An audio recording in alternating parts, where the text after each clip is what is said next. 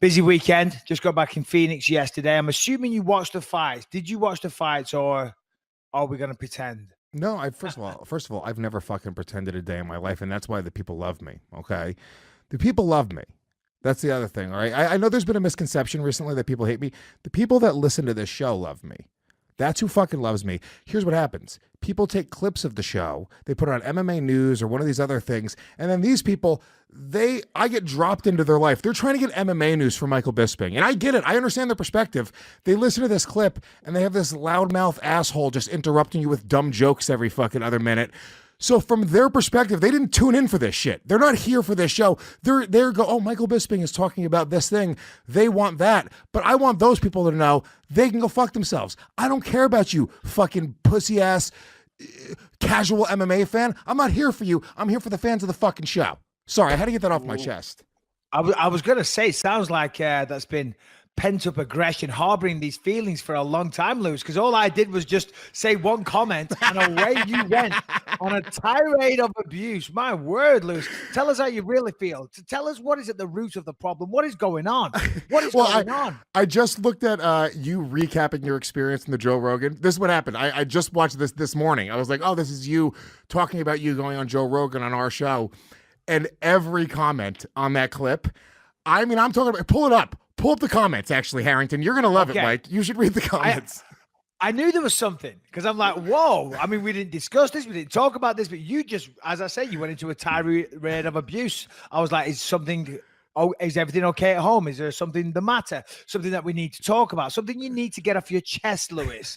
And it turns out it's just YouTube comments. My word, Lewis, you got to toughen up, my brother. You got to toughen up because YouTube they comments, really got me. You cannot allow them to affect your emotions, my friend. But let's take a look. Let's see. Let's read them. Bisping needs to leave this clown behind. Absolute tit. He's English. Not funny. Irritating. I'd listen to Bisping all day long if it wasn't for this mug. Can't stomach him. Honestly, Lewis, I see no problem with that comment. Keep on going. Read more. Oh, I'd pay $50 to see Joe spinning back kick Luis Gomez for 3 minutes. So would I. I would definitely pay good money to see that. That was kind of gross how Lewis made a big deal about his name on a podcast he wasn't even on. I was kidding. I was kidding, you stupid cunts. I was kidding. Everybody knows how cunty it is that you insist on the J, Lewis. That is not a kidding. That is not a joke. You are not being funny. You're serious. Luis Gomez, bloody tit. Lewis sucks dong. Get a new guy. Who the fuck is Luis Gomez? Luis Gomez, bloody tit. And by the way, we haven't skipped one comment. This isn't like we're trying to find the shitty comments. This is just straight down what the comments are on this video. The most intriguing thing about Luis Gomez is that Joe Rogan calls him Luis Gomez. Hey, you got to admit that's pretty funny. And I got to say, listen, here's me throughout my life thinking that the clientele of the YouTube comment section were a weird, lonely, sad, vile group. But these actually seem to be switched on, collected, smart individuals. I have no issue with what I'm seeing. They get it. They know what's up. They get it. They completely get it. No, a lot of people do say things like that, but you got to realize that this show, you know, come on, it's a two-man show. It is not a one-man show. It's a two-man show. So there you go, Lewis. Does that make you happy? I got you back, buddy. No, it doesn't make me happy. Do the show with Shannon from now on. You and Shannon just twisting her fucking hair around her dumb fingers. What would you like me to do? How can I make this better? I want you to fight everybody on YouTube. It's a lot of people. How many YouTube commenters do you think you could take at the same time? Well, judging by the fact that they mostly live in their mom's basement, they don't have a girlfriend, they're all virgins. They all sound like Luis J Gomez. I could take a few. I could take a few of you. So if they're all like you, then we could go on all day, buddy. All right. All right, enough randomness. It did really bother me. Just so you know. It does, but no, it is bothering. And for everyone listening, the show wouldn't be here if it weren't for Lewis. It was Lewis's idea. It's Lewis's network. Okay, I bring the jokes, I bring the entertainment, and I'm what you're really here for. But it was Lewis's idea. So, unfortunately, he gets to stick around because of that idea. I'm an idea guy, motherfuckers. Yeah. Just understand that. He was the first guy to think of a podcast. No one had ever done that. That's right. That's right. And also, Look, I did watch the fights. To answer your question, I was in Toronto. I did a show. I got it to Canada. I'm back, bitch. Canada's happening. Me and you are coming back to Toronto March 10th. Tickets available right now. Ticketmaster.com. I'm very excited for this, and we're going to start putting together your. What is this even called? How would we describe this? It's an evening with Michael Bisping, hosted by Luis J Gomez. Luis is going to say some funny things. I'm going to tell some stories, and we're going to entertain you all. And then at the end, maybe you can ask some questions and get to know us and hang out with us a little bit. Something like that. We're yet to fine tune it. We're going to start writing it this week. We have an idea what we're doing, of course, but we're just going to, as I say, fine tune it this week. So please, if you're in the area, come check that out. March 10th, as Luis said, available from Ticketmaster.com. And then we're taking it everywhere. We're going to do a UK tour. We're going to go all over the world, baby. But yeah, we'll talk about that nearer the time. What else is on your mind, Luis, outside of the fighting world? Anything in particular that's two things are on my fun mind we want to talk about? All right, two things are on my mind. Number one, I just got a phone call from my agent. I don't know if you noticed, like 5 minutes ago, I just I kind of shut down and got in almost like a weird mood for a second because I just realized I forgot about an audition today at noon that I was supposed to go to, and I just didn't go. Yeah, that's not good. I have that with my agent all the time because sometimes, God bless him, he listens to the show as well. He does a great job and he works his ass off for me. But a lot of the time, well, not a lot of the time, sometimes, should I say, I get auditions and they literally say in the thing, we are looking for a huge guy reminiscent of the Mountain from Game of Thrones, right? And I'm like, I'm not a small guy. I'm like on the larger side when it comes to men, but I'm far from a gigantic man. Yeah. I am certainly do not fit the description as somebody like the Mountain from Game of Thrones. It's like, listen, I'll do the audition, but that means I got to drive all the way into LA, which should be a 2-hour drive back and maybe a 3-hour drive back if I hit rush hour traffic for a show or an audition that I'm not going to get because the reality is I'm just not that guy. And they're like, well, you don't get every part you don't try out for. I'm like, okay, I'll do it. And I go and do it. And I'm like, what did they say? They're looking for someone bigger. And I'm like, see, I knew it. It's just bumming me out right now. It's really like, I have to call my agent and be like, dude, I'm sorry. I just forgot. I was traveling yesterday. It was, I don't even know, some fucking TV show. I was traveling all day yesterday. My flight was delayed almost 3 hours. I just wasn't thinking to prepare. I was supposed to come home and prepare yesterday afternoon. Luis, you need better organization in your life. I have ADD. You know, I mean, how hot?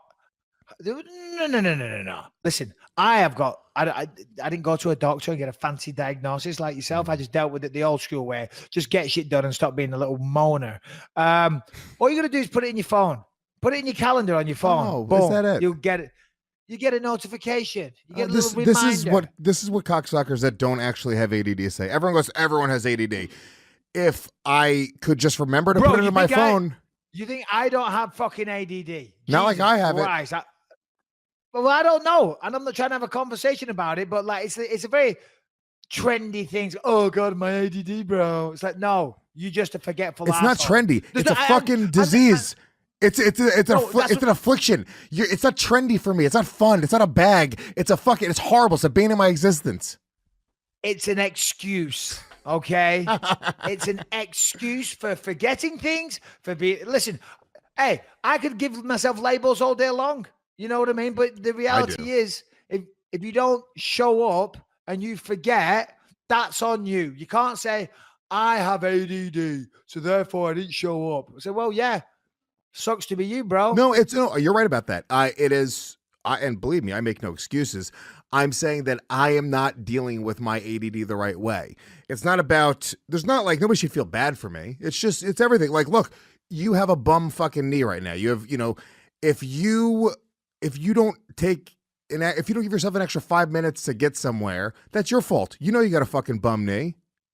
So I get myself there. I have a bad knee. I have many, many injuries and demons that I have to exercise on a daily basis, Luis. But it's like I saw an Instagram post from Will Smith, and he was talking. Who, by the way, is a very good follow on Instagram.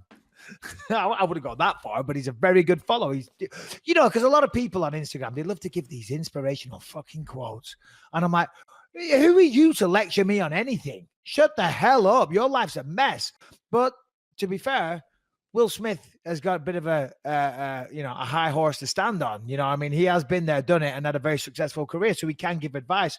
And I remember once he was talking about how things that have happened to you aren't your fault, but it's your responsibility to deal with them in a certain way. Like if you were abused as a child, all right, okay, so you were dealt a shitty hand, but you can choose to be a victim or try and use that as fuel or whatever to make your life better. You can't sit around and say, well, I'm an alcoholic because I was abused as a child. So, well, that is really sad. And I'll never take that away. That is really sad. But what are you going to do? Are you going to continue drinking and your life go nowhere? Or are you going to try and deal with this? Of course, it's not as easy as that. There's a lot of mental things going on or whatever the cases may be. Well, every individual case has its own merits. But still, you got to say, okay, it's my responsibility to deal with this. Well, there's a certain... your ADD. Well, I mean, look, that's a philosophy in life that I live by. I mean, you're dealt a certain hand of cards, and it's how you play those cards. There's a great scene in the movie Rounders. I don't know if you ever saw it. No. But it's about poker. And, Matt Damon's character, they're talking about, he was like, a lot of people will say that poker's luck, and it's about what cards you're dealt. And it was like, if poker was luck, well, then it wouldn't be the same 8 guys at the last table of the World Series of Poker every year. It's like, how do those 8 guys get there if it's luck? Or is it how you're playing those cards? So that always kind of stood out to me.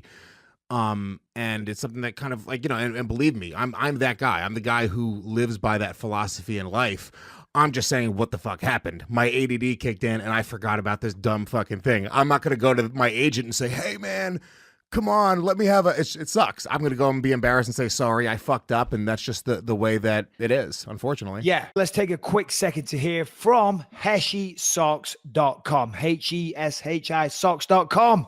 Listen, Lewis, these socks are incredible. They're very, very comfortable. And they're comfortable for a reason because there's a lot of science going into these socks, which actually sounds crazy, but they have an arch support in the center of the foot. They're made with high-end Pima cotton, highly breathable and absorbent if your feet smell. They are antimicrobial, kill bacteria, and keep your feet from stinking. And of course, they're offered in a variety of styles, basic, fashion, and we've got great deals for you. I wear these all the time. They sent me a huge box full of them, and I thank you so much. They're super comfortable. And as I just said, they come in a variety of brands, Lewis. And I know. If there's one thing that gets you going, it's a good pair of socks. They really do. You sound like you're kidding when you say that, but I really mean it, dude. They have really cool styles. Them being comfortable is the most important thing. I wear boots a lot. I wear like combat boots, and my feet start to hurt at the end of the day. I'm telling you right, the Heshy socks make my feet so much more comfortable, and they're really just like a cool brand with really cool stuff. I was giving these out to everybody for Christmas this year because they're a really nice, cool, amazing gift. The thing that I like about these, Lewis, I know you were going to get into the offer there, is that they are so comfortable. I hate it. I get home after a long day, I take my shoes off, and then you take your socks off, and the socks are just like digging into your ankles. You know what I mean? They're far too tight. These are by far the comfiest socks I've ever tried on, that I've ever worn. And if you get involved and you take advantage of the offer that Lewis is going to tell you right now, you will not be disappointed. You go to heshysocks.com. That is HESHISOCKS.com. And if you use the promo code BELIEVE30, you save 30% off. 1/3 off your socks. Grab a whole bunch of them. It's a really, really great deal. 30% off your socks at heshysocks.com. Just make sure you use that promo code BELIEVE30.